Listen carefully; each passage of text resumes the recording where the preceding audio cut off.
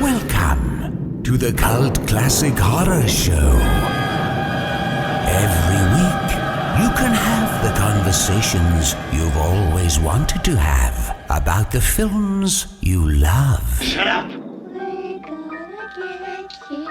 We're gonna get you, not another peep.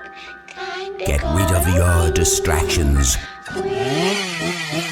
and prepare yourself. Won't then lock your door. 5, 6, gonna crucifix. You got a big surprise coming to you. You're not going anywhere. Welcome everybody to the Cult Classic Horror Show. Danny Bonin here with you guys. Scotty Bonin with you guys. We are the Blood Brothers and Carmelo Chimera. yeah. And No, we gave Rob the chance. He's not here. We actually waited 45 minutes. we for Rob. waited 45 minutes. We talked some film and stuff, and he didn't make it. But We that's have okay. been bullshitting for 45 minutes to see if Rob would show up, and it just hasn't happened. We're just Well, we tried. everyone listening that just go give Rob a bunch of shit. Be like, dude, get on the podcast. Yeah, seriously. I know he's on the road working sometimes in Tallahassee, back and forth between Bradenton. We on chose the road. we chose this recording night and time to cater to him, and hasn't quite worked yet, I guess. Yeah. So, but here we are. Nevertheless, we took December off. We had a lot of holiday Yeah, fun. it was busy. We didn't really mean to. It just sort of happened. Yeah. It's hard. It's hard to get in. Maybe this year we should like pre-record a Christmas episode. you Yeah. know?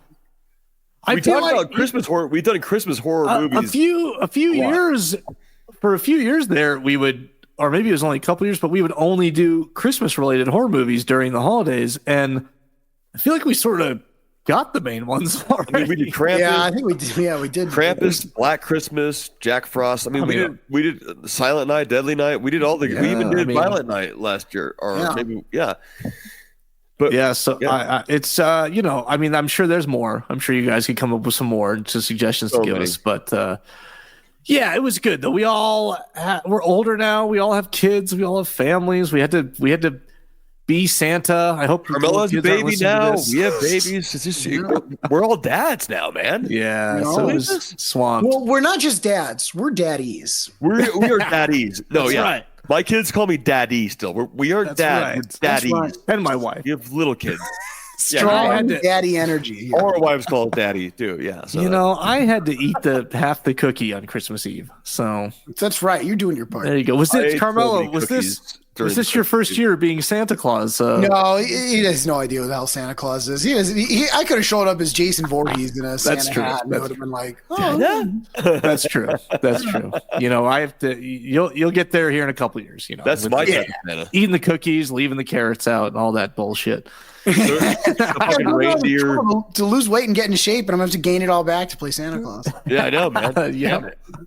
You got the reindeer food with like the oats and stuff that we sprinkled out. And Oh, my nice! I God, like man. that. But That's yeah, a it- touch. Yeah, it's getting. And Busy as hell. Shannon made us do like Elf on the Shelf for the kids. I never grew yeah. up doing Elf on the Shelf, and now it's a thing, and she has to rush down most mornings because she forgets what the fuck she's doing and has to, do That's so something. much extra stress. It is. It's crazy. Oh, I saw there's Elf on the Shelf. There's like the Snoop on the Stoop, where it's like Snoop Dogg holding a joint, and he's like a Christmas Snoop Doggy Dog, and That's Rudy does that. Our drummer and our it's cousin nuts. Casey does it too. Yeah. Does Yeah, he? God. I don't think I want to do Elf on the Shelf. I'll tell you what. One year, my parents got real clever, and they did somehow created something that looked like reindeer hoof prints on our kitchen floor. Which, in hindsight, I didn't know what the hell a reindeer footprint looked like. So like, it could have just been the dog.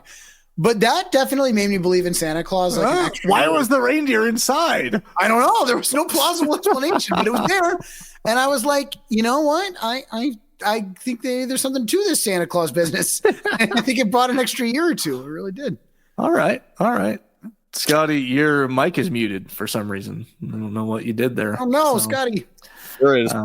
Yeah. All right. Hottie Scotty. All right. Well, Hottie Scotty. Well, I want to say that the elf on the shelf painted my toenails when I was sleeping. I have green toenails still. oh, he's showing us if you're watching cat. on YouTube. We can't really see them, but yeah. They're right. Oh, you can't see. Yeah. Wow, he does. He does, in fact. And your story is an elf did that to you, right? That's what. Well, you're not coming through again now. Talk. Yeah. He's not muted, but I can't hear him. No, I don't. I can't hear you either, Scotty. I'm not sure what's. When you lifted your foot up over the desk, I wonder if you. It muted itself again. Yeah, this is very. There's medication for this, folks. Don't worry. Cord. I'm so sorry, you guys. Okay. Okay. No worries. All right. Well, we are actually here to talk about a film. One of my childhood favorites. Oh yeah. From Dusk Till Dawn. Yeah. And Rob was complaining that we were covering it, which good. After rewatching it, should be right up his wheelhouse. Like, what the fuck? Oh, he's just lying. It's one of the best, man. It's one of the best choice, 90s movies of all time. This is one that I saw at a young age, probably, I don't know, not too young, maybe 13, 12 to 14, somewhere in there. We have the DVD. Yeah, we had the DVD on. We watched it many times. And it just, I remember thinking how badass George Clooney was in this movie when I watched it as a teenager. Too. Oh my God. And then this is the first time I was introduced to Quentin Tarantino. It was like, oh, it's the guy from Dusk Till Dawn, and we had already, Scotty and I had already gone through, not a phase, but had seen a lot of the Cheech and Chong movies where I don't know if Big Scott was showing them to us or what, but we were just up in smoke, still so smoking. Hilarious. So then to see like Cheech Marin and it was just, this was just one of those movies along with Evil Dead was earlier, the franchise, but this was still burned in my childhood memory from Dusk Till Dawn. I mean, we were like 11, 12 when it came out or whatever. And it was just one of those badass movies that we saw. And oh my God, it's still the neck tattoo, it's just the tribal tattoo and just the freaking vulgarity and rebelness of these two guys going crazy. Yeah.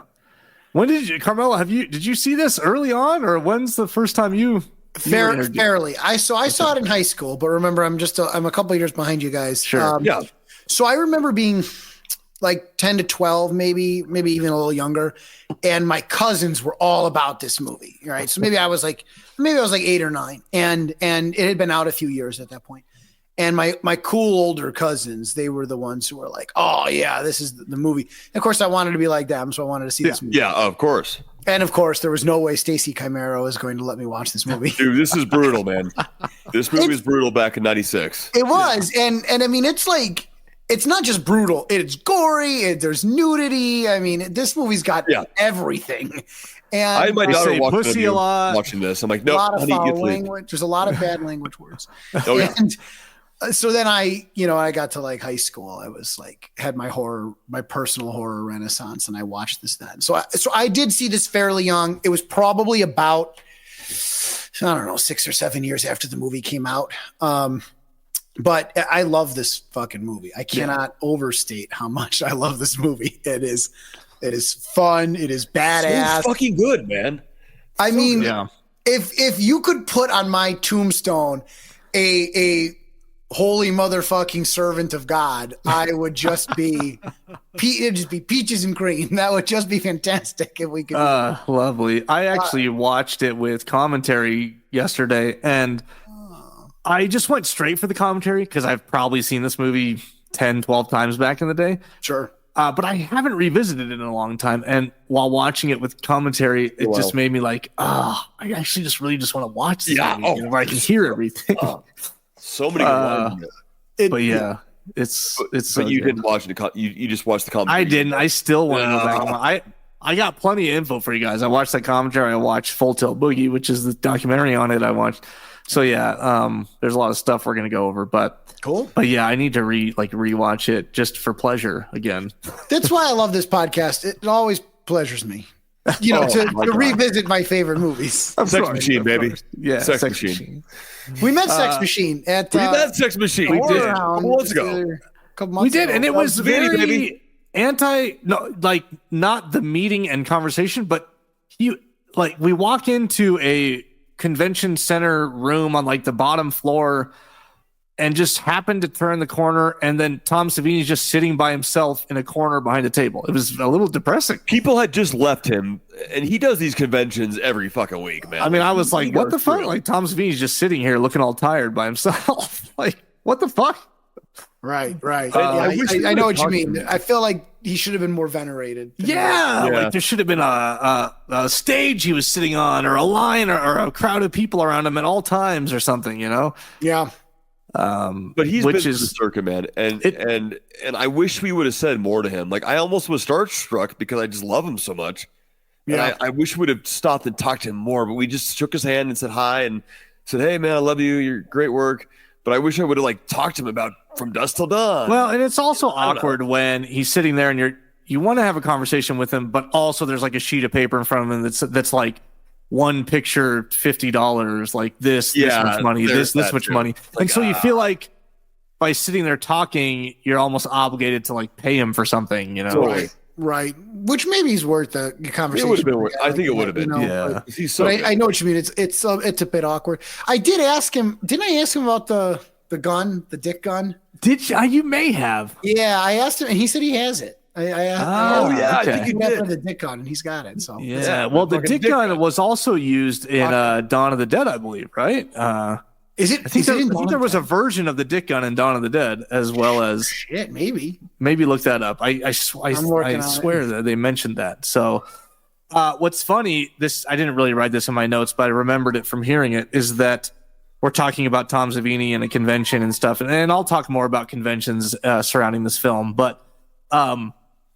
Tarantino specifically said when they were casting for this film, they had these awesome people that you just cannot convey to a Hollywood sales company what their worth is. You know what I mean? It's like you cannot convince Miramax, who made this film, the worth of Tom Savini, because in their eyes, he's not worth a dime. But it's like, to the yeah, and Fangoria at the time and the convention goers, and same with Williamson, who's in the film, and it's just like, these guys are gold. Yep.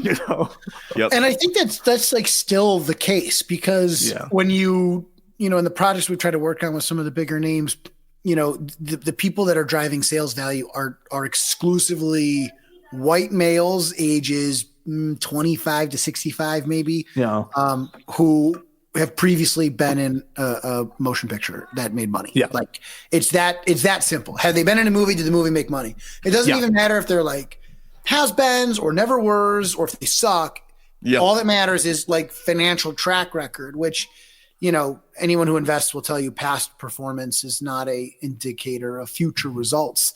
Yeah. But they're not thinking about it from a genre perspective, because, like you said, with all these people in a horror movie, that draws a lot of water, right? Like Tom Savini in the next big romantic comedy, nobody cares. But Tom Savini in a horror movie, and people will watch it. Lots of us will watch it. Oh, for sure. Well, why don't we, if it's been a minute since you have watched From Dusk Till Dawn, I think Carmelo can give us a little quick synopsis here. Yeah, happy to do that. In From Dusk Till Dawn weirdly it feels like two movies, and I think it is, right? It was directed in halves. It's about two outlaw brothers, Seth and Richie, who are on the run after a crime spree. They kidnap a family, a kind of disillusioned preacher and his daughter and son, and use them to get over the border to Mexico. They're going to go meet up with the contact and get their fake identities and disappear. And it's very tense, and there's a lot of drama, and Tarantino's character is kind of a pedo, and he's really into feet, and he's really into the girl, and it's just all very kind of weird, and he's, it's very serious drama. Yeah. Oh, and then they get to the bar, and it's full of fucking vampires, and then they spend the night killing vampires, and Salma Hayek is there, and she has a big snake around her shoulders, and then they put holy waters into squirt guns, and it's just absolute carnage and mayhem ensues until finally just George Clooney and Juliette Lewis are the only two who emerge and just kind of walk away from this bar in the middle of nowhere, which may or may not be on top of some kind of Aztec ruins or something like that. Yeah. Kind of haunted. So So this movie just goes from this like tense crime drama kidnapping thing to just the wildest fucking time in the Old West that you could. Yes. Yeah. So good, Scotty. You're muted again. I don't know how to not keep doing that, but anyways. Maybe he's leaning onto the space bar. And you guys, like every time I touch it, I can't touch my cord. Okay. I think you're not coming through your mic now, just so you know. So yeah, we got to get you a new cord like I got here. Yeah, some kind of adapter cord setup or something. This is so fucked up, man. I swear we're a professional podcast. Right. I'm so sorry, you guys. God damn it. I've taken to hooking up my mic before I even log on because the first thing Danny's going to say to me after hello is, "You're coming through your laptop mic." It's just a habit. I'm just like, oh, hey, how's it going? Oh, you're not coming through your mic. It's the first thing. But like, thank God someone's on that shit. So we'll buy Scotty some time there. What do you think? Synopsis about Well, whatever. No, I mean, if you can fix it, do it. But I don't know if you have any numbers on this film. I could do it without the fucking stupid mic, but here, I'll give you some numbers if you guys can hear me really badly. Yeah, I can hear your echoey voice. Okay, fine. There we go. That's totally cool.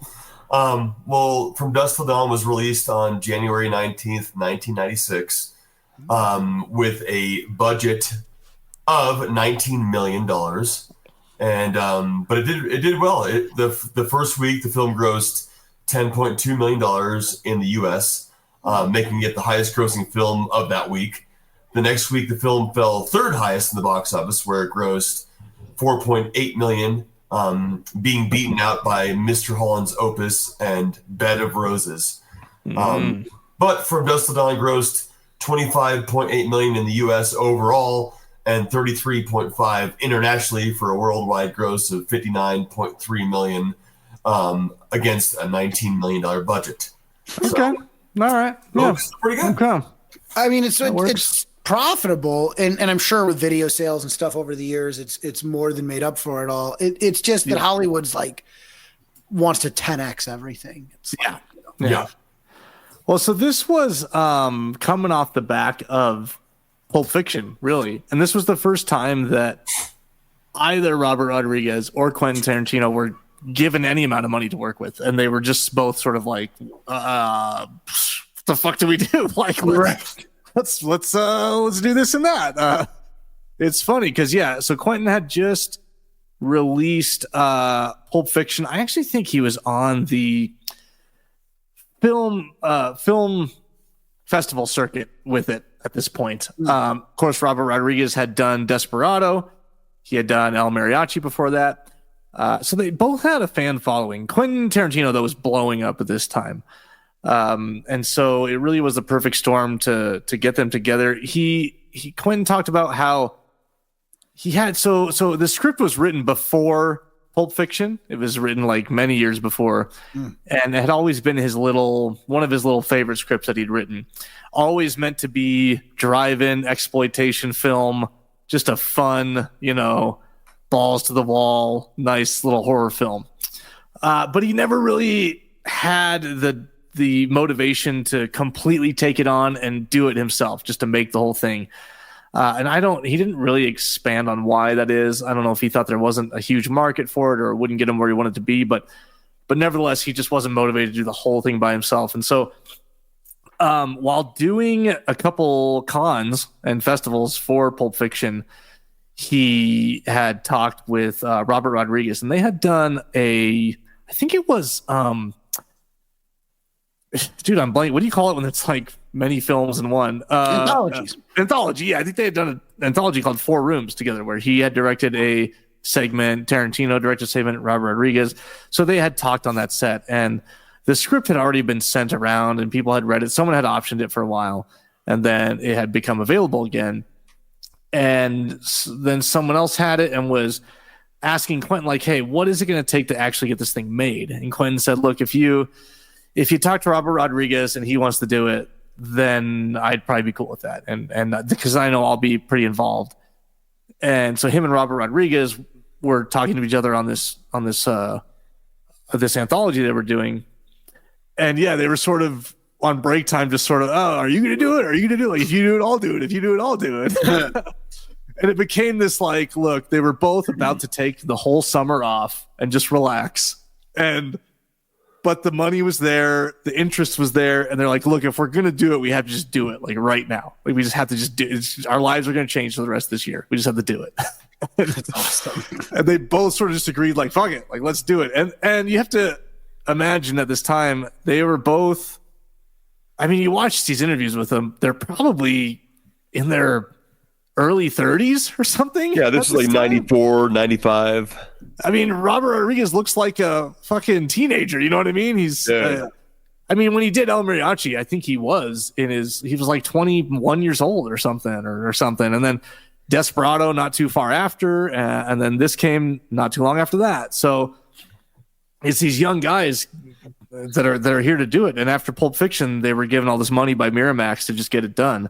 That also was paramount to basically getting Clooney involved because he was in ER at the time. Of course, that's his most famous thing. Clooney was in ER. He's a huge TV guy. Right.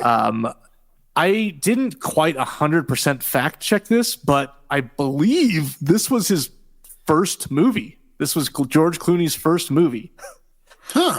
That's what it was said a few different times like, during. Aside from ER, he was in an ER. Yeah, he's a TV guy. This is his first film. Feature-length film. So at the time, while doing ER, they were fielding movie offers for him, but they were like third, fourth, fifth leads in these movies. Mm-hmm. And he just wasn't really psyched about taking them. And he was on this brief hiatus from ER.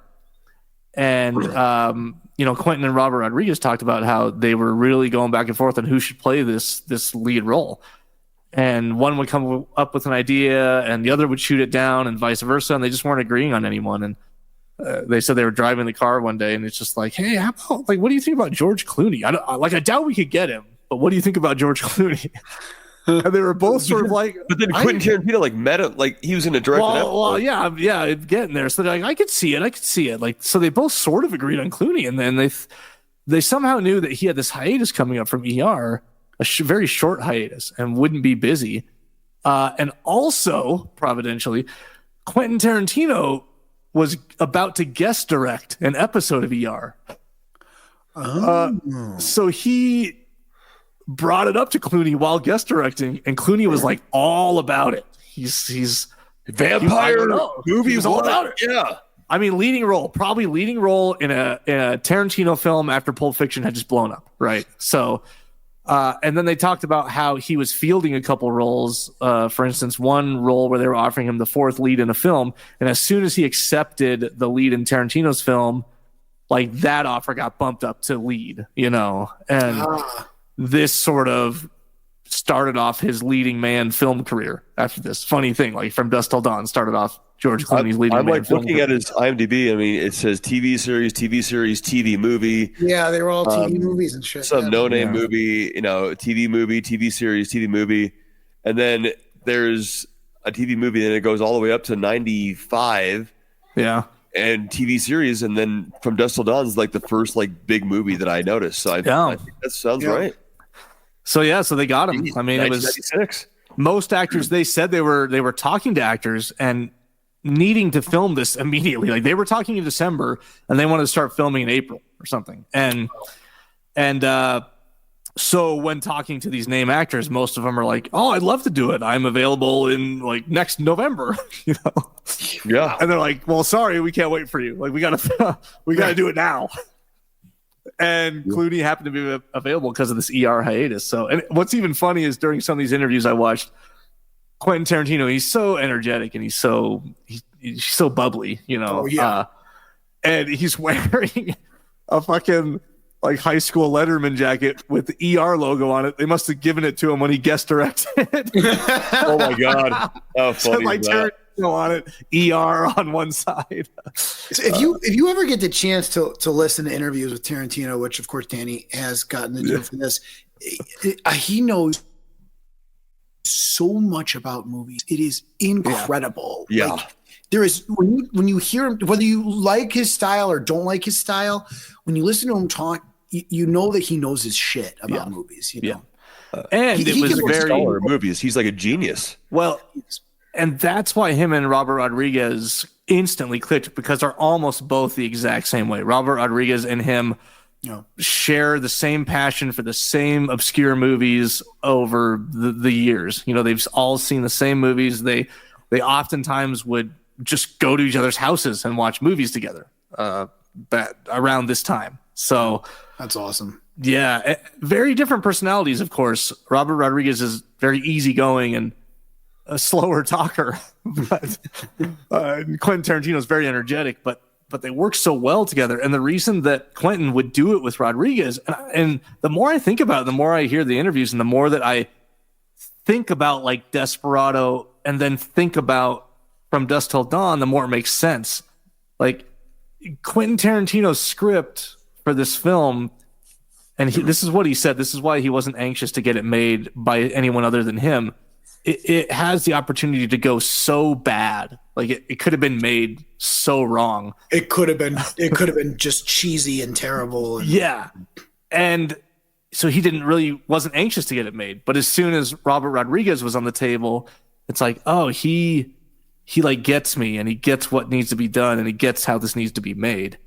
And there's some great examples that I'll bring up where even Robert Rodriguez was like, I didn't really understand what was supposed to happen here in the script until Quentin like walked me through it, you know? Yeah. Like one that he was on set that day. Like I read it a bunch of times. And that happened a lot. And I'm surprised they didn't I'm surprised it went as smooth as it did watching some of the documentary and the behind the scenes footage, because there was a lot of Quentin in Robert Rodriguez's ear, even though he's just the writer and he's just an actor in it. You know what I mean? Well, I think that speaks to their relationship and their friendship, because, you know, that kind of a shorthand, that kind of a feedback between writer and director there, like that only exists because of, I think, their personal relationship. If just imagine a different scenario with a writer who did not know the director, arm wrestling with the director and telling him, no, do it like this. When else would that ever have worked? Yeah. And the respect's there because Tarantino was now a blowing up director, you know? Right. Yeah. So he knew his shit, right? And they knew each other's filming styles. And so, and I'll talk about it some more in the notes here, but yeah, there were some shots that Robert Rodriguez did in a certain way, in a certain style on purpose, because that's how he thinks Tarantino would have done it. And same thing, like Tarantino wrote a couple of things a certain way, because he's like, this is probably how Robert Rodriguez would do it, and he's the one doing it. You know, there was a whole script rewrite that happened after the film became pretty much green lighted, and as they got to know, they were working with some more of these actors and stuff like that. So and as the relationship between Robert Rodriguez and Quentin Tarantino was solidifying and things were playing out. So that's the beauty, I guess, of having Quentin Tarantino involved in the movie, like as an actor and on set and producing, and as the writer, is that he can rewrite on the fly. You know? Yeah. Did he write himself into the movie, or was like Robert Rodriguez like, hey, you should be Richie, you should be? Well, no. We can let's get into it. So basically, and I think that actually is early on in my notes here, but we can start with that. When he wrote the script, the character of Richie was a lot more up front, is the way he put it. Up front, relevant, more dialogue. A lot of the zingers were him saying them. A lot of it was not so much Seth all the time. And then when it was like, oh, Quentin's going to be playing Richie, and Robert Rodriguez wanted, I think they said the first person they cast was Quentin Tarantino as Richie, and the second was Michael Parks as the sheriff. So it's basically Michael Parks is great.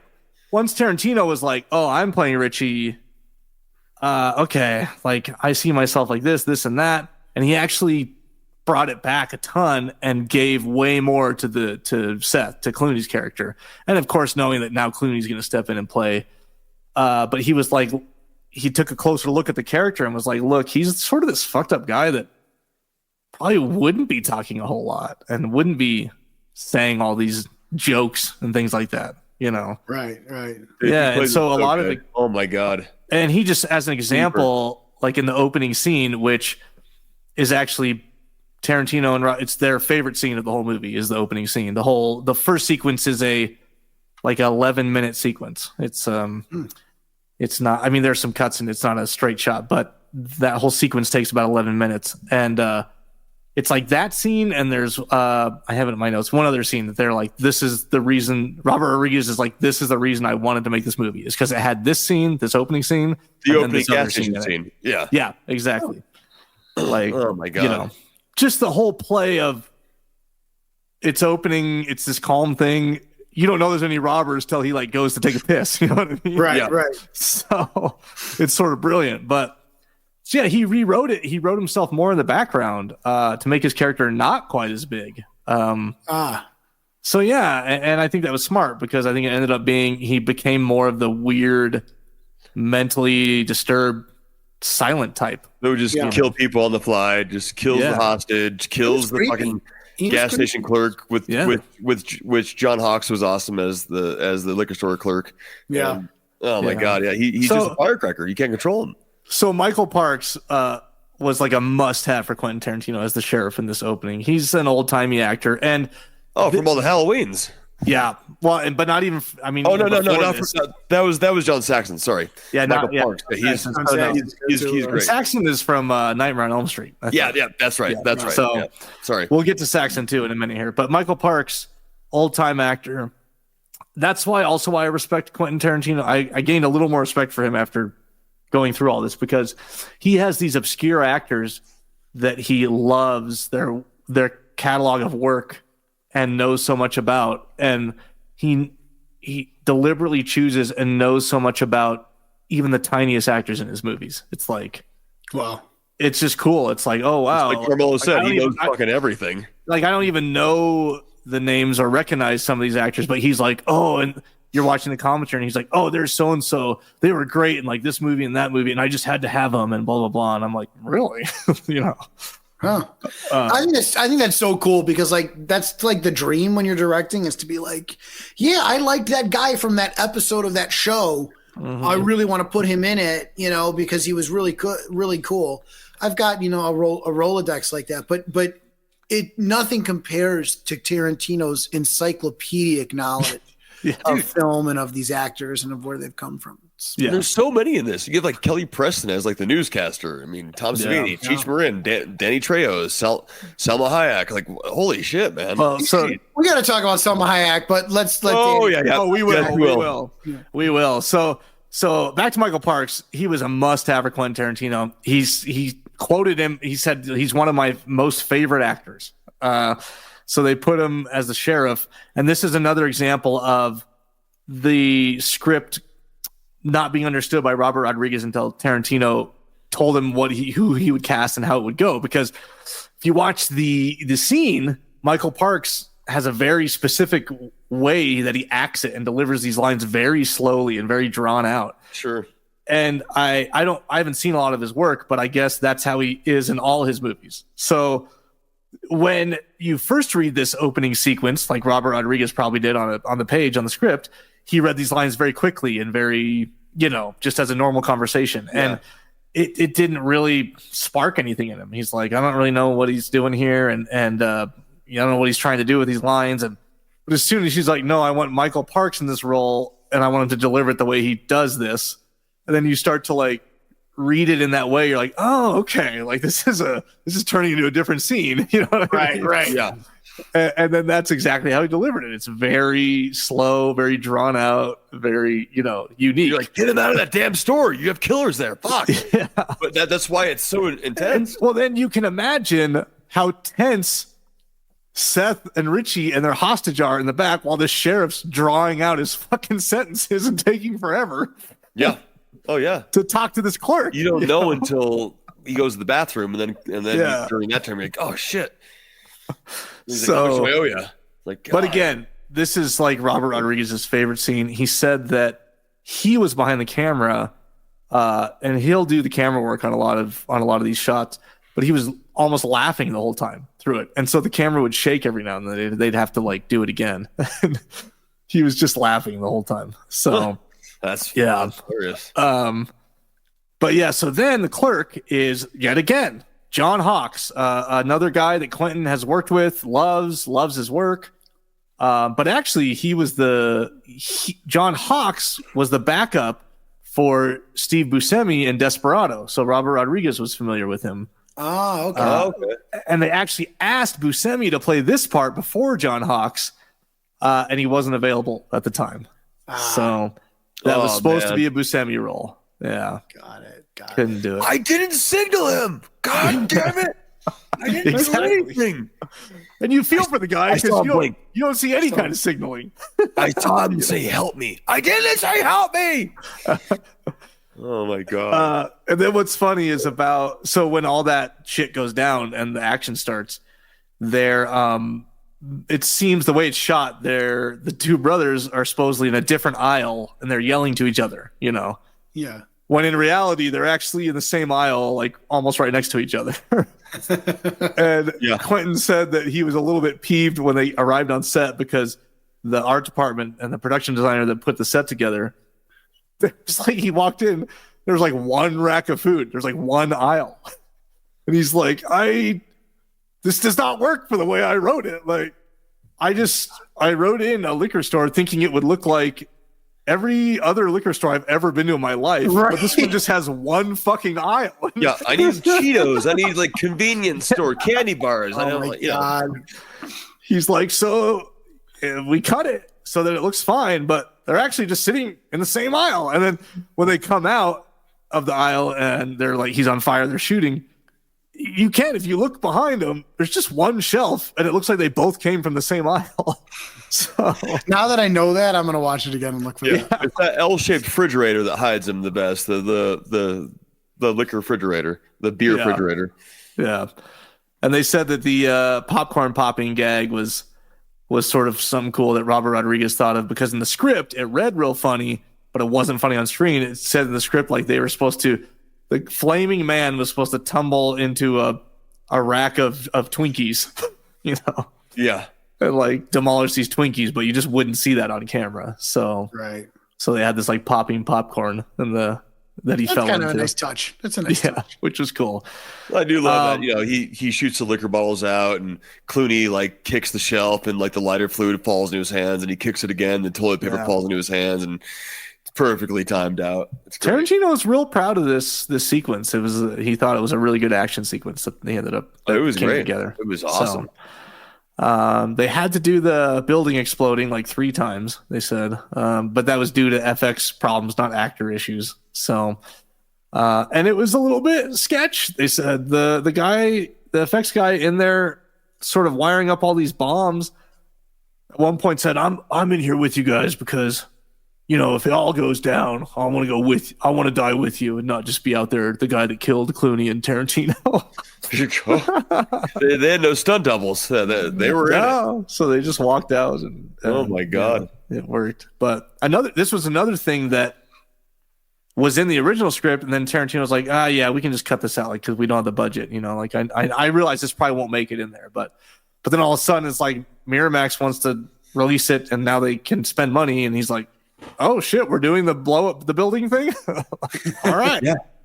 I mean, they had 19 million, so that way they had some money to play with. Yeah.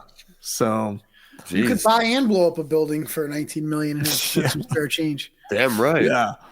And then they leave that.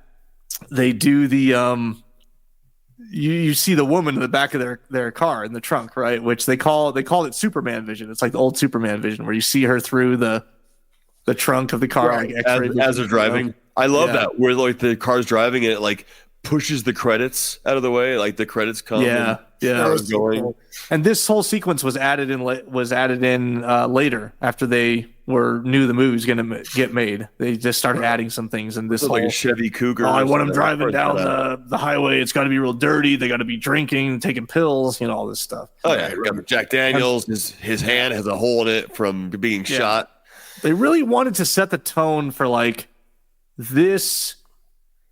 Don't take it too seriously because this is an exploitation film. It's like a drive-in movie, Right. And there's some over the top and comedy to it, but also it's good. And I suppose I'll get there. But that's how they dodged a lot of the ratings board. Because the ratings board was like they set the tone correctly, and they thought they were going to have all these issues with ratings, and they had none whatsoever because because they basically just set the expectations correctly. They set them low, not thinking it was going to do anything. And from the beginning, you knew this was like an exploitation drive-in gore fest. And they weren't more of suspense action to begin with. Yeah.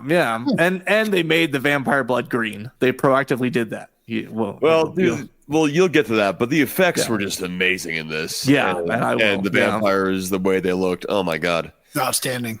But it's actually funny. Just this one shot, they call it the Superman vision, where you see the lady in the trunk because it's X-ray vision, and that was done like on low budget, probably episodes of Superman back in the day and shit. Right. And they said they fired an effects guy because when they brought up that shot, he was like, "Oh, this is going to cost $20 million. We're going to have to computer generate." Blah, blah.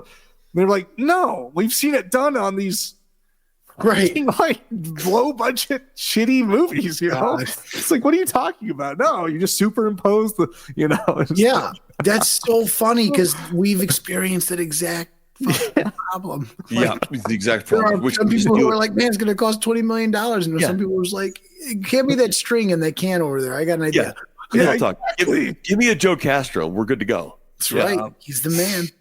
Well, they meet this hotel clerk for just a second. This old guy, they call him mean old bastard, and this actor's name is Mark. Mean old bastard. I just want a fucking room. This guy's name is Mark Lawrence. Again, another guy during commentary that Tarantino's like loved his work. He's so blah blah. Like I had to have him, and he says like 2 lines, but they said there's like lost footage of him just going on and on and on in this scene. But they didn't keep. Yeah, because Clooney keeps ringing the bell. Ding, ding, ding, ding. It's like, what do you want? Mm-hmm. I want a room, you mean old bastard. I want a fucking room. And that was I forgot who was watching it. If Robert Rodriguez brought it up, but someone on the outside saw like a cut at first. It was just amazing. Like, oh, you used Michael Parks for 10 minutes and you used Mark Lawrence for 2 lines. It was like people that knew these actors. That's great. And then what's funny is the lady in the trunk who they end up bringing into the hotel room. Then her name's Brenda Hillhouse. She's Quentin's old acting teacher. Oh, really? Oh, that's funny. Yeah, from back in the day. And they just talked about how they really wanted a real looking mom that they kidnapped. Not some blonde bombshell, not some whatever. This was like making it real. And then they followed it basically here with what Quentin and Robert Rodriguez called the most quote unquote real scene of the whole film, is this conversation with this woman in the hotel room where she's bawling. She's basically crying, Right. And they said this was added in like after the fact too, after they knew they were making the movie and they got closer to shooting it. They wanted they added this in, and they wanted it to be like this grounding real moment where it's like, hey, this is an exploitation film. We are fucking around, but we're also not fucking around. Like, Right. This is like real. And it lands, man. It lands. Yeah. And then So Tarantino F's up again. He goes to get some. George Clooney goes. Seth gets to get some burgers. Comes back, and invites her next to the bed, and just she was gonna escape. Just blows her. It's a fucking horror scene. Blood everywhere. I love that shot. It's like, crazy of George Clooney watching it, and then he just like gets the flashes of it. Flashes. Yeah, it's great. And actually, this is one of the times that specifically Robert Rodriguez on purpose did a quote unquote Quentin style shot. So where they're shooting through the door as she walks and goes and sits next to him on the bed. Yeah. And to the untrained eye, like to me, even like I didn't notice that, but apparently Quentin Tarantino likes to shoot through doorways a lot, and Robert Rodriguez would like never shoot through a doorway, but he did it on purpose because he's working with Tarantino. Wow! So it's the Tarantino shot. Yeah, just so like the long shot in Sin Eater or Exorcist. Yeah, I think the overall general feel is that Tarantino utilizes a lot of wide shots where a lot happens and he just stays on the wide, and Robert Rodriguez does not do that a lot. So yeah, I like a little bit mixture of both. That's kind of nice. Yeah, I didn't really notice that until you mentioned it. So obviously, we now after this calamity, we are introduced to the family, to Harvey Keitel and Juliette Lewis and all these to the family. So the son, I forgot. Well, his name is Scott. I don't know the actor's His name's Scott. Yeah. But they had a lot of trouble at first seeing Harvey Keitel in the role because he's such a strong presence and usually plays strong characters. He had just done Reservoir Dogs with Tarantino a couple, before Pulp Fiction.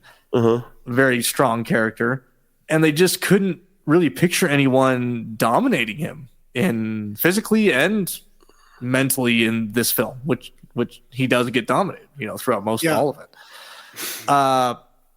So yeah, they weren't seeing it, but as they got Clooney on board, they were like, maybe Clooney can be the guy to do it, and it did end up working out. But yeah, Robert Rodriguez, he was nervous that Harvey would be too strong and too dominant. And Quentin even talked about he had to like psych himself up to go work with and quote unquote dominate Harvey Keitel in these scenes. And he said it was so bad to the point where he was like resenting him as a person in his head because he was trying to get so psyched up about it. Like, fuck Harvey just thinks she's going to come down here and like fucking just own the set. And this is my movie. Like, I'm going to go in there. And, really?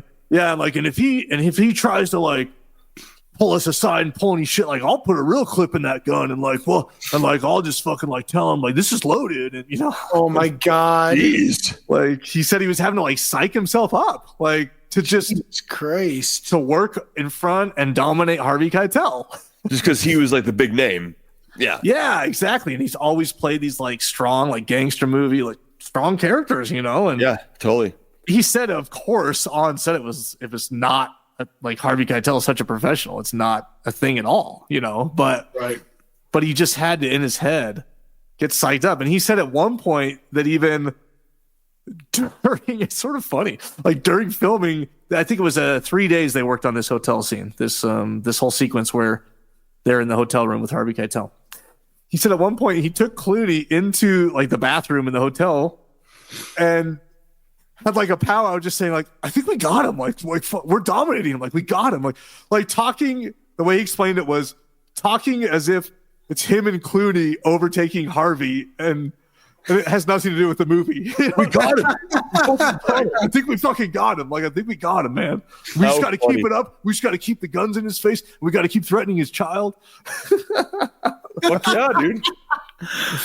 It's like, and Harvey Keitel probably the whole time was like, I don't care. I just want to make a movie with you guys. Not a big deal. Right. And he's like, are you guys done in the bathroom together? You guys done in there? What the hell's going on? Yeah. Harvey Keitel is 85 years old now. Yeah. It's crazy. He's still active. He's still working. Yeah. But anyways, awesome. So then we see John Saxon, I think, for the first time after this. We see the newscast, right? And they talk about these brothers that are gone, that are on the run. But yeah, they hadn't cast Saxon's role yet, and they ran into John Saxon at a Fangoria convention while announcing this movie, while announcing they're doing From Dusk Till Dawn. Oh, that's cool. Yeah, like nice. I saw a little clip of that. Like they brought him out on stage in Fangoria convention. They said, "Here is Robert Rodriguez, Quentin Tarantino," and they're like, "Yeah, we're gonna be doing a movie next year, sometime in the summer. From Dusk Till Dawn. It'll be a horror film. Keep your eyes out for it." And I guess they met him at the convention and shook his hand and everything. And he just said, coincidentally, "Oh, hey, if you ever need an FBI agent, like, let me know." And yeah, and like fucking A, like you're like, we got it for you. Yep, you are. Awesome. He is like the quintessential FBI agent cop. Yeah. He's the picture perfect. Yeah, that is awesome. Yeah, he's got cop written all over him. Oh, he does. Yeah, he does. Which is why I don't care very much for his role in Nightmare on Elm Street 3, where he's kind of like a drunk, disgraced cop. I'm like, I don't buy that. The has-been. I don't buy that. This man just holds all of his feelings deep inside of him. Yeah. And really takes them out on his small dog or wife, but doesn't ever degrade himself in that way. Yeah. He's a true Burt Young. I mean, he's a true Burt Young. He is. Or what? Or stern look. Or James Brolin. James Brolin took it out of his life too, right? In Amityville.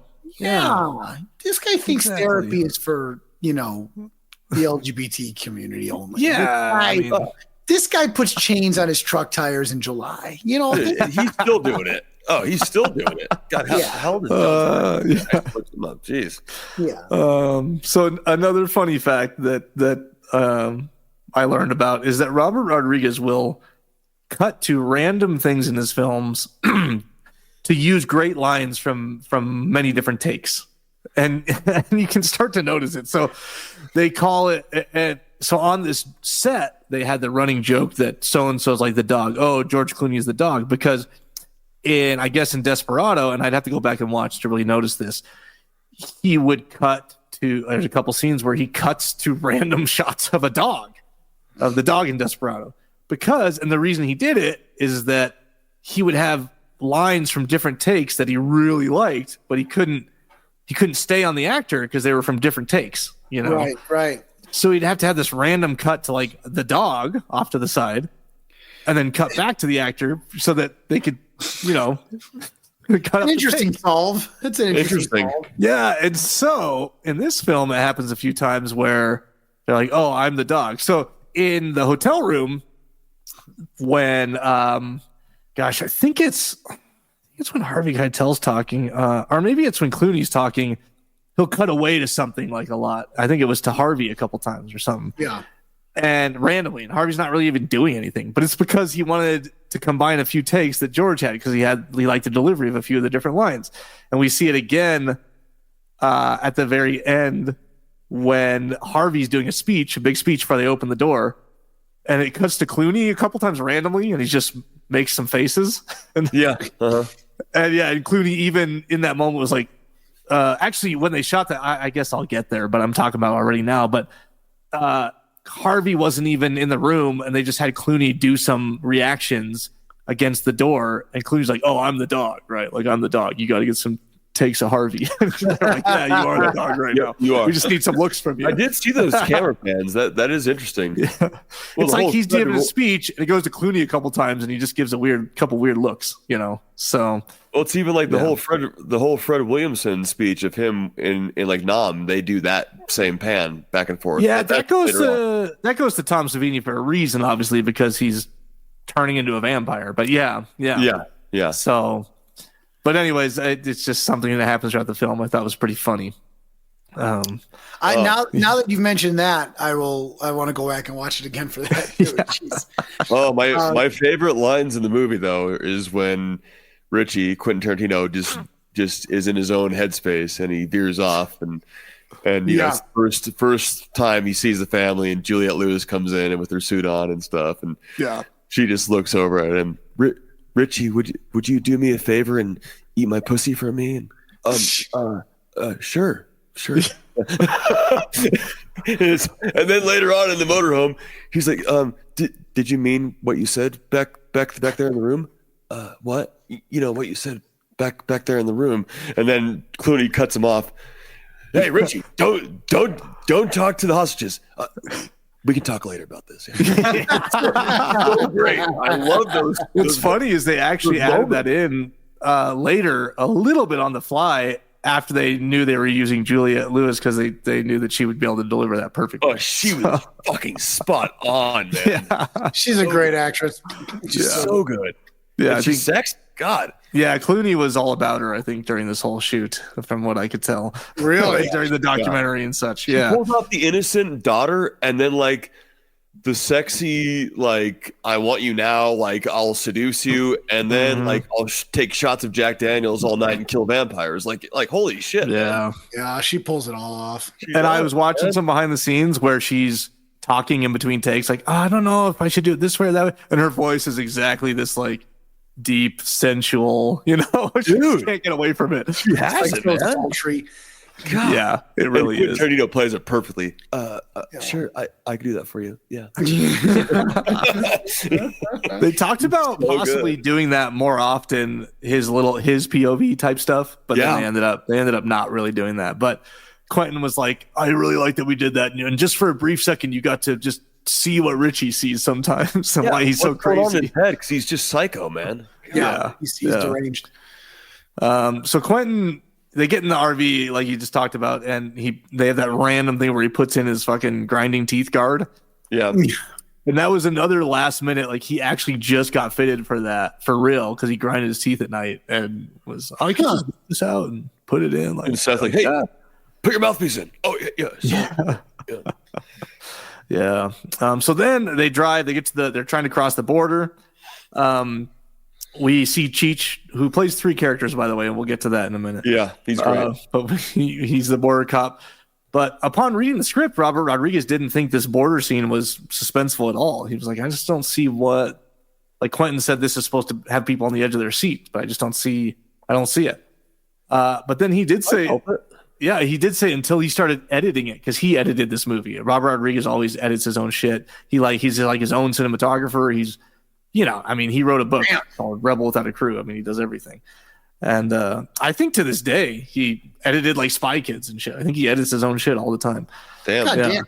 So, but yes, until he started editing it, then as he was editing it, he was feeling the suspense of being the editor. Like, I just want to get to the end of the scene. Like, what the fuck? Yeah. Oh, totally. That's what sold him on it. And what was sort of cool is that he just offhand mentioned, I edit at night. Like, I edit at nights, and I was trying to get this one done before the sun came up, and like I got it done as the sun was coming up, and I just thought that was sort of interesting. Like, he stays up all fucking night editing movies. Yeah, this is wild. Like he gets his coffee, gets going, and he's just on like a roll. I bet. Yeah, burning the midnight oil. Fuck yeah. But during the specific scene of the border patrol, the interior of the RV is actually on a soundstage that they did. Oh, and really? They had to like cut the shower out for them to both fit in it, hiding, because his butt's like hanging out in a hallway for real when they're hiding in the shower. And then Harvey wasn't, if I heard it right, I believe this is true, Harvey and Cheech weren't even there on like the same day. So weird. I don't think they were actually conversating with each other. Like, they got Harvey's side of it, and then they got Cheech's side of it. What? Yeah, it could be that Harvey just wasn't there when Cheech came aboard. Maybe that was it. But at some point during the sequence, they were not there at the same time. But Harvey's point of view was seeing Cheech outside, so Cheech had to have done his outside. Yeah. I'm just saying they might not have been there at the same time. That's like crazy. Harvey was talking to the camera out the window. Yeah, and Cheech is like talking to the camera in the window. That's crazy. Wow. As they leave the border, they get past it. It's the split second you see of the background, all the trucks going through the border is actually just all the crew people and their trucks in the background.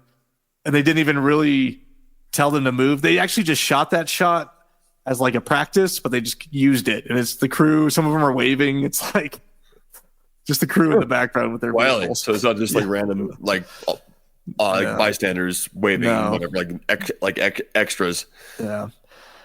Well, and so the way Julia got cast is her and Clinton were friends, I guess, and she had taken like 6 months off. She was in Florida just hanging out, relaxing. And she had read the script for this film. Her agent had sent it to her or something. And I don't even know, because Quentin didn't have it sent. So I don't know how these things work. Were scripts just floating around back in the day? I don't know. Right.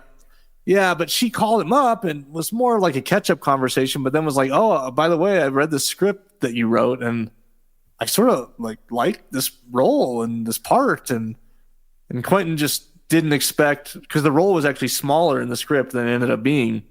Really? And didn't expect her. I guess she was fairly accomplished by this time. Oh yeah, she was. She'd been in quite a few of the things you know her from. Cape Fear, Christmas Vacation. Okay, I mean, yeah. She was. Cape Fear is the thing that put her on the map, because I believe she was Oscar nominated. Okay. Yeah. And she was also in Natural Born Killers. Yeah, that was my first experience of her. Was Natural Born Killers. That was before this. Before this. It was before this. No. Okay. Yeah. Okay. Yeah, that was 94. Okay. Wow. Okay, so that was a couple years before it. Wow. So she expressed interest, and he was sort of like psyched. He's like, "Oh shit, I didn't think she'd be interested in this. Let's do it." So then they really beefed up her role in it once he knew that she was going to come. Dude. Yeah, come on board and play it. She's the protagonist. She comes out as the female. God, I wish she would have just gone with George Clooney to El Rey. Oh. Yeah, I know, right? They could have just gone to El Rey and just gotten together. I guess the whole not to jump ahead, but I guess the whole El Rey thing is from a book. Yeah, what is that? Robert Rodriguez they both liked. I forgot the exact name of the book. I need to go back because I was like, I should read this.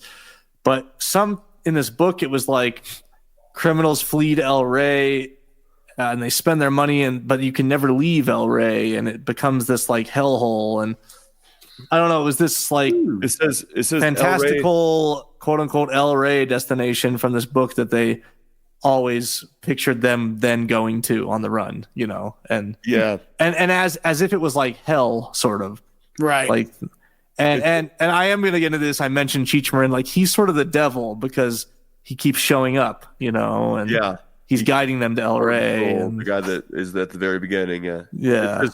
El Rey's hideout in Mexico was taken from The Getaway, a 1958 crime novel by Jim Thompson. That might be what it is then, The Getaway.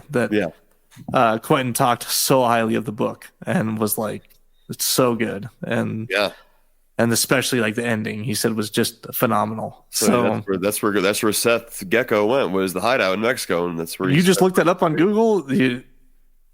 What'd you search? El Rey or something? Oh, I see it in Wikipedia. It's just in the production references to other. It's just in the Wikipedia. What's the book called again? It was taken from the Getaway, a 1958 crime novel by Jim Thompson. The Getaway, huh? Yeah. I'll have to look that up. Okay. Yeah. Interesting. So, all right. Well, yeah. Funny side note is there were like jokes and some people actually brought it up seriously though. Talks of a chain of titty twisters. Really? Like, you gonna make that into a real franchise? Like, you're gonna? I will say this, and maybe I'm alone in this, but when he first walks in, wouldn't you love to go to a place like that? Yeah. I mean, like dude. A bar where you could get in real trouble, a real rough kind of place. Like, I've never twister. Yeah, man. Now you walk into a bar and everything is like Instagram ready. There's nothing edgy about a bar. Now they're all trendy and shit. Yeah. I want to go to a bar and be like, if you make eye contact with the wrong person, you're getting stabbed. Like, what the fuck? Where are those places? Where they don't exist anymore. I know. I think we just have to take the right kind of road trips is all. That's right. Yep. Yeah. You see Scott, like Harvey Keitel's son Scott, and he's like, "Whoa, dude, this is my kind of vacation." He's like flabbergasted. Yeah. Well, that does take us to the titty twister. They walk in, and immediately they wanted to do a 360 of the titty twister, which we see when we walk in. They walk in, and we just do camera does a whole pan 360, which is a lighting nightmare, by the way. They said, and I can imagine.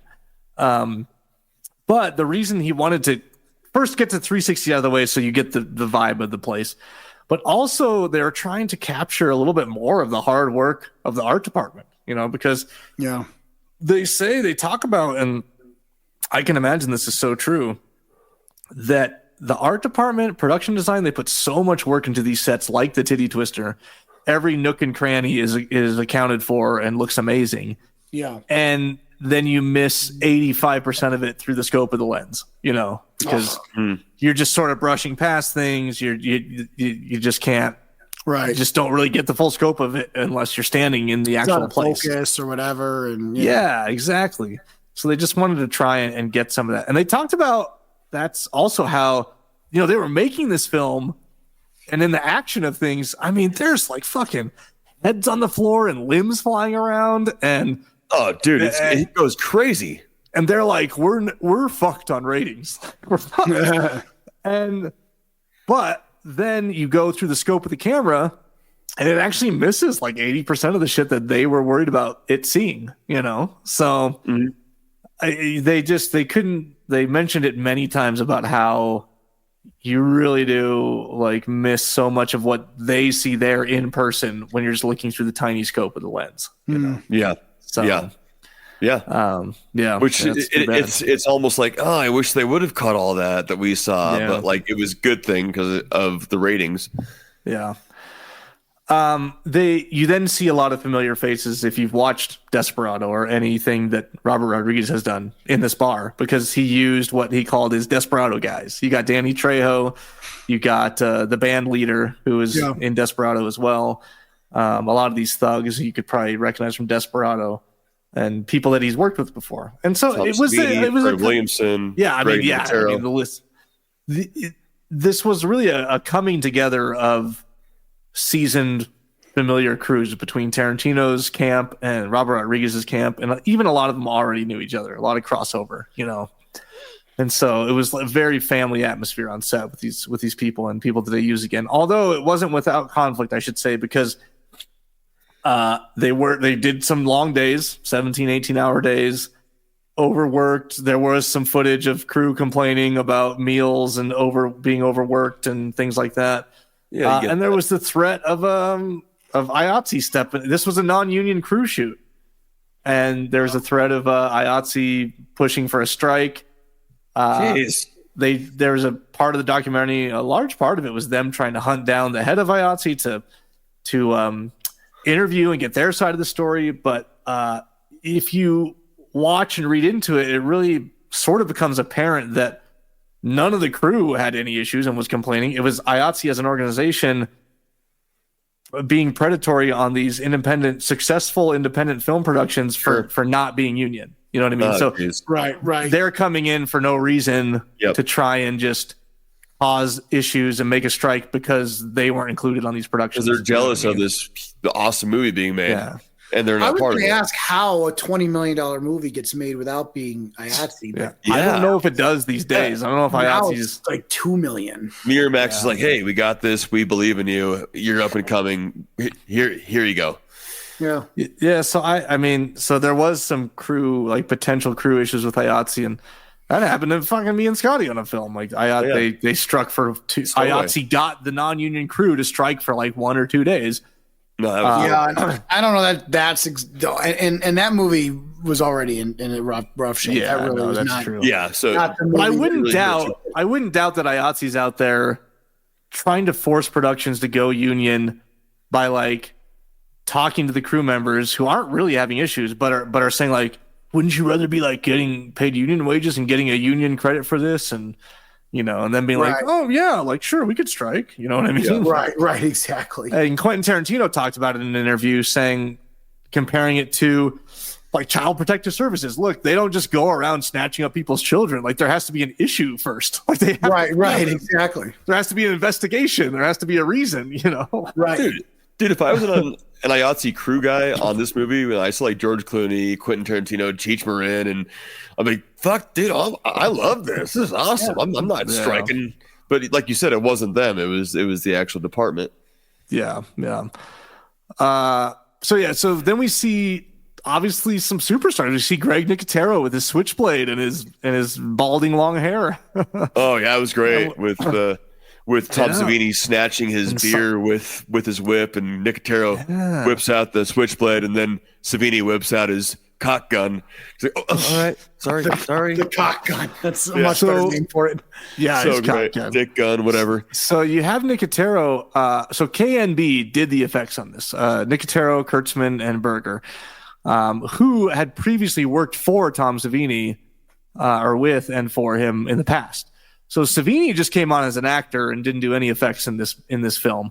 That's surprising. But Tarantino wanted him in it as an actor, just as a big fan of his. Oh, he's a great actor too. Yeah. But it was cool to have them all together on screen though, and you don't really see Nicotero on screen, so it was cool to have him in there. He looked great. Yeah, and then apparently Danny Trejo did his little speech, the introductory speech, like 10 times for Selma Hayek before she came out, and they just sort of let him do what he wanted, and he had a lot of fun with it. God, Selma Hayek just so we're at Selma Hayek, and she was obviously, the part was written for the original name of the song and dancer. God, it was like Blonde something, I forgot, and it has to do with the snake she has because it's like a white snake and all this stuff. But it was Robert Rodriguez said, push for Selma Hayek. How about we use Selma Hayek? Obviously, he had just used her in Desperado. And so and we'll call it familiar and was friends. We'll call it Satanico Pandemonium, which is the title of an old Mexican horror movie. And Quentin Tarantino had never seen it, but had worked at a video store that had the poster of it there. And he had never forgot the name, and had always just like said it out loud. And And funny enough, the cinematographer of Dusk Till Dawn was like, "Oh, I love that movie. I've seen it like a bunch of times." And so, of course. So I think they say that's like the name of the number, and that's like sort of her, what that whole, they refer to her as in the whole thing. Yeah. And so they changed it from blonde whatever to Satanico Pandemonium. That's so great. That's so great. This movie looks fucking crazy. Did you look it up? I sure did. It looks like Satan tempts a nun with sex to get her to like revolt. That's awesome. It's fantastic. Does it have a good poster? Because that's what Tarantino kept saying. It was a cool poster. That poster's crazy. Yes, it's great. But this scene with Selma Hayek, this is Robert Rodriguez said this could never have worked in real life because they filmed it to like different music. It's not the music you hear. It's just some music they play in the background. Oh my God. It wasn't choreographed. They're just like telling her to do things in the background. Oh, walk over here, like move your hips. Right. And throughout all of this movement and them telling her, she's like twisting an ankle and tripping a little bit. And so it wasn't perfect, but they'd be like, no, we'll just cut around it. Don't worry. Like keep going. And so it was like awkward music in the background, them telling her to do things, her not doing things perfectly. Then they cut it together and put different music over it, and it looks like this sexy miracle. Wow. It worked.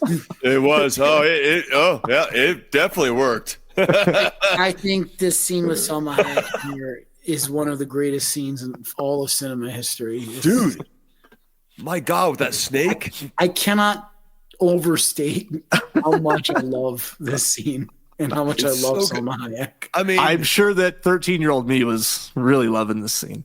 Yeah. The guy that played Scott. 39-year-old me loves this scene. Oh yeah.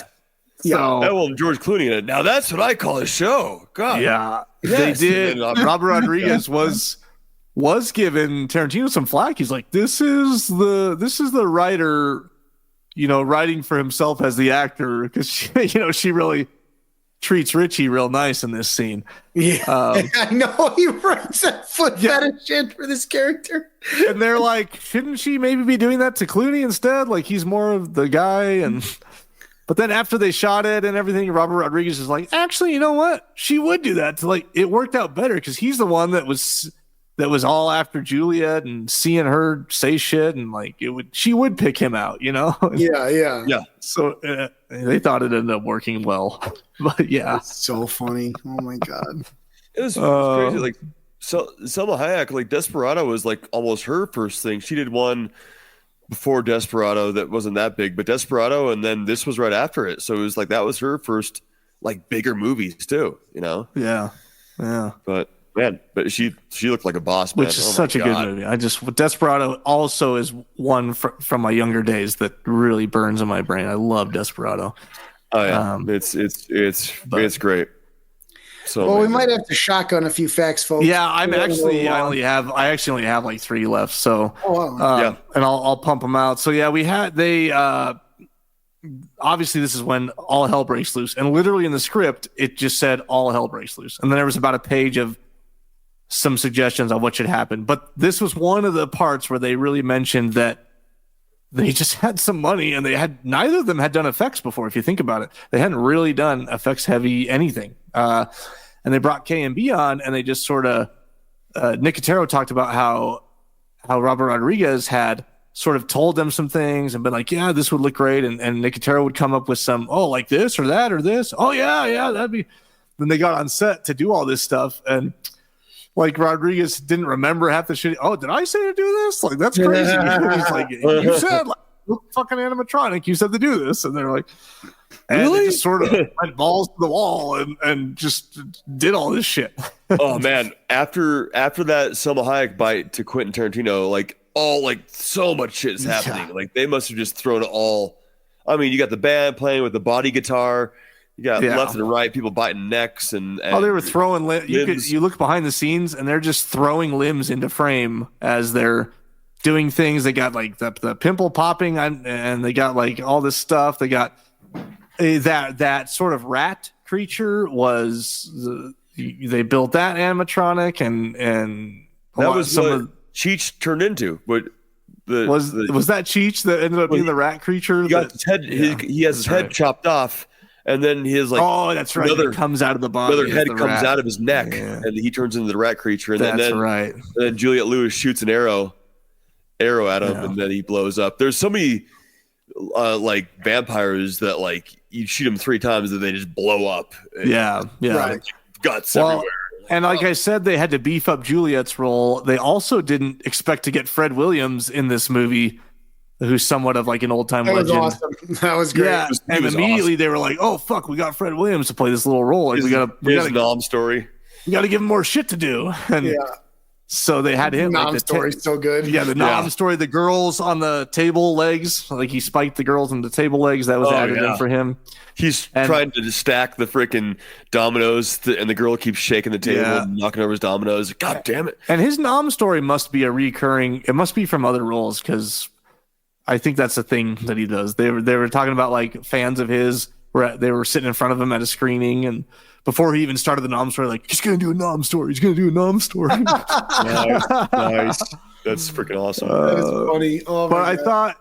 Then they end up, is it him? They're beating him or they beat Emilio with sticks. They beat him when Fred helps out. And I just made this note because, a lot of times, and I've experienced this, where you read a script and it's hard. The script is the way it's described and the way it talks about things is real funny, but how do you get that to screen? That was the guy falls into the Twinkie rack. That sounds funny on the paper, but I don't know how you really. And this, he was descriptive in this scene, saying, "Oh, they beat him, quote, with sticks like LAPD's finest." It's that's so they did it. He's and they did it. It looks like I wanted it to look. Perfect. Perfect. Yeah. So, I think that's basically. I already talked about how he wrote this before Pulp, and it was a little favorite. And Robert Rodriguez had read it and wanted to do it, but someone else owned it, and it came back around.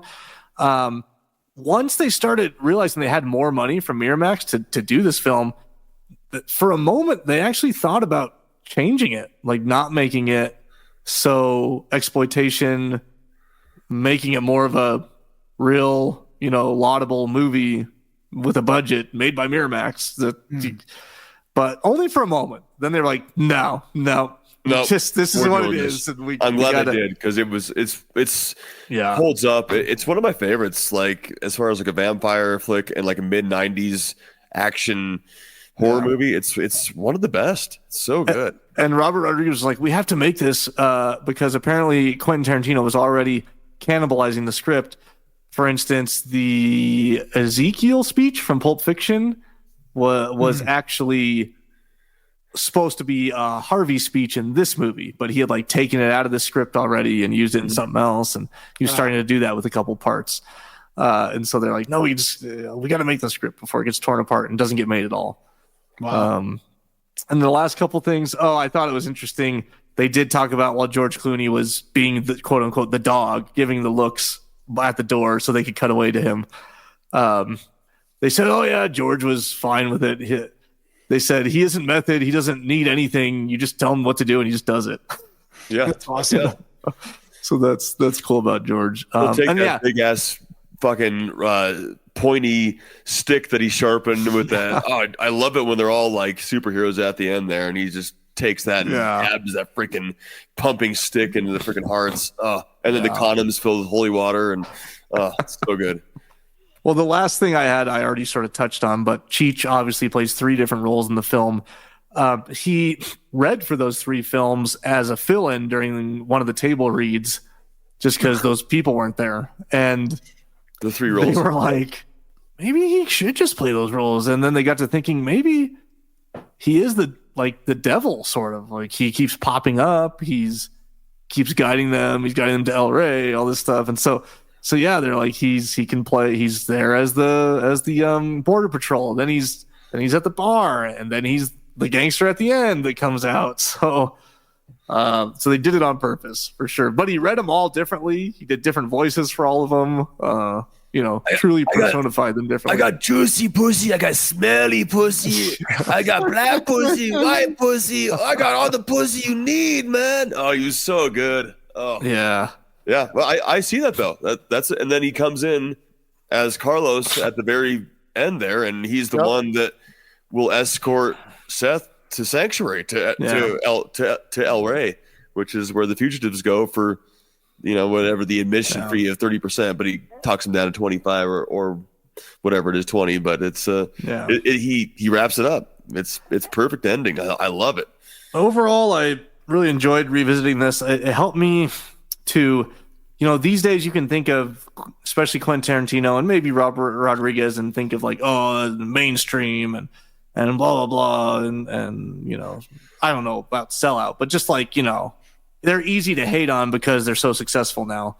But revisiting this and looking behind the scenes and learning about it just reminds me that like these guys, they were just shoestring budget fucking filmmakers, especially Robert Rodriguez before this.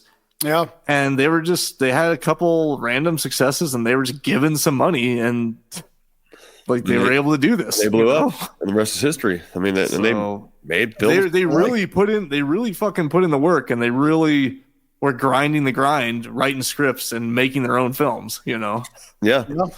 So I bow my heads to them. Take my hats off for them. Yeah, for sure. It's cool. It's cool to revisit. So yeah, that's all I got on From Dusk Till Dawn. Yeah, great one. And I know great facts, well done, great research. I love it. Yeah, thank you, awesome. Sir. I know we're already at 120. Is there anything you guys want to mention? What did you watch before we sign off? It's been a while. It's been like a month or so. You don't have to, come up with a list, but there's a thing or two you watched that you loved. I mean, it was just holiday movies for the last couple weeks, and I don't think I watched too many new ones other than the old favorites. I mean, Christmas Vacation is my personal favorite. I love it. We were just talking about it. Juliette Lewis. Yeah, that's right. Yep. That's right. Yeah. I read I heard somewhere that Chevy Chase said Juliette Lewis was his favorite daughter. Because it's different. There's like 3 of them, right, or something. Yeah. So that's cool. Yeah, she'd be my favorite daughter too. Yeah, I've been watching the show Superman and Lois, which just ended after its 4th season, and it's the best live action Superman stuff. Is it? Oh, nice. Okay. I've heard good things about that. Nice. So that's all. That's it for me. What about you guys? I don't want to hype it because that's like the cool thing to do. But Scotty and I saw Nosferatu the other night, and I thought it was pretty fucking good. I liked it, man. I gotta see it. I'm so excited. I liked it, man. It's got that macabre, like 19th century, like old timey feel. I mean, I've seen some memes that they're giving people shit. It's like, people that like Nosferatu. It's like a fucking hipster and then some espresso and then like haven't seen it yet. Right. The people that like it the most haven't even seen it yet. And because it's supposedly so I went into it with those expectations. I was like, oh, is this going to be like a really artsy, subtle, which I'm fine with still, but I was prepared for that. But it actually ended up being like pretty fucking gruesome and pretty good. The imagery in it and the characters, the acting was great. I went into like no high expectations, but then I came out. I'm like, damn, I like that. I mean, it was my type of movie. I would definitely see it again. I think you'd like it. I mean, I could see what people could pick apart from it, but those aren't what I care about, and I liked it from my take on movies. I thought it was good. So yeah, I think that's about. I watched. I've been looking up some obscure found footage. I watched something called Sanatorium. It was pretty decent, and so yeah, check it out if you want. It's an older found. It's like 2019 or something found footage movie that was pretty good. But yeah, no, check out. I think Nosferatu was good. Yeah, people might hate us saying it, but you don't know it's Bill Skarsgård ever. I never knew. Oh yeah, you don't even. I mean, his vocal, obviously, playing it and Pennywise and It Chapter 2, and Bill Skarsgård is a gem. He plays Orlok in this. He plays Nosferatu. I mean, Willem Dafoe is just always amazing. But I think it's Johnny Depp's daughter, right? She does really Lily good. Rose Depp, man. Yeah, and she is. Really good. There's some creepy visuals for her, man. Like, there's a lot of possession stuff with her in it that I wasn't expecting from a vampire movie. So that was good. Yeah. It was good. So yeah, I'd see it for you. All right, guys. Well, I think, I know we're already coming up on hour 20 here over, but thanks for joining us. First one back. Got to get some things off our chest. Yep. I believe, hopefully, if Rob joins us, we're doing it for him. We're covering Body Melt in 2 weeks. Body Melt, obscure horror. Depending, we might just get to the next one, which is Kindred. The Kindred after Body Melt. Recommended by Jason Purcell, who sends me a lot of cigar pics. I appreciate. Yes, we just had one tonight. Before we did have a cigar before recording this, and a scotch. Yes. Yep. So and also coming down the pike is Stir of Echoes. We'll be watching. Yes, Scotty still has to let us know if he has. Yes, the DVD I have with the extras. I'll go check on the extras on that. Yeah, but yes, I feel like we might just have to do. I already bought the Body Melt Blu-ray on eBay secondhand for $40. So yeah, you got to sit through that movie, Carmel. I'm sorry. Maybe there'll be some resale value. It might be good. It's the Vinegar Syndrome release, so I don't mind having those. They have cool artwork, at least. It'd be such a Rob thing to do is make us watch a movie I don't want to watch and then not show up to the episode. Yeah, and then he won't show up. Yeah. No. Oh man. So everyone, go give Rob shit so that he can cover Body Melt with us in 2 weeks, and then we'll be doing the Kindred after that. Yes. Always open for your suggestions. So post them in the group on Facebook or tag us on Instagram or message us, DM on either. We'll take your suggestions if we haven't covered them yet. Oh yeah. So always love to hear your thoughts. And I never say it anymore, but please rate and review us on Apple Podcasts or wherever you listen to your podcast. It would help us out. That'd be amazing, guys. That'd be awesome. All right, thanks, guys. We'll catch you next time. Later. Don't you blame the movies. Movies don't create psychos. Movies make psychos more creative.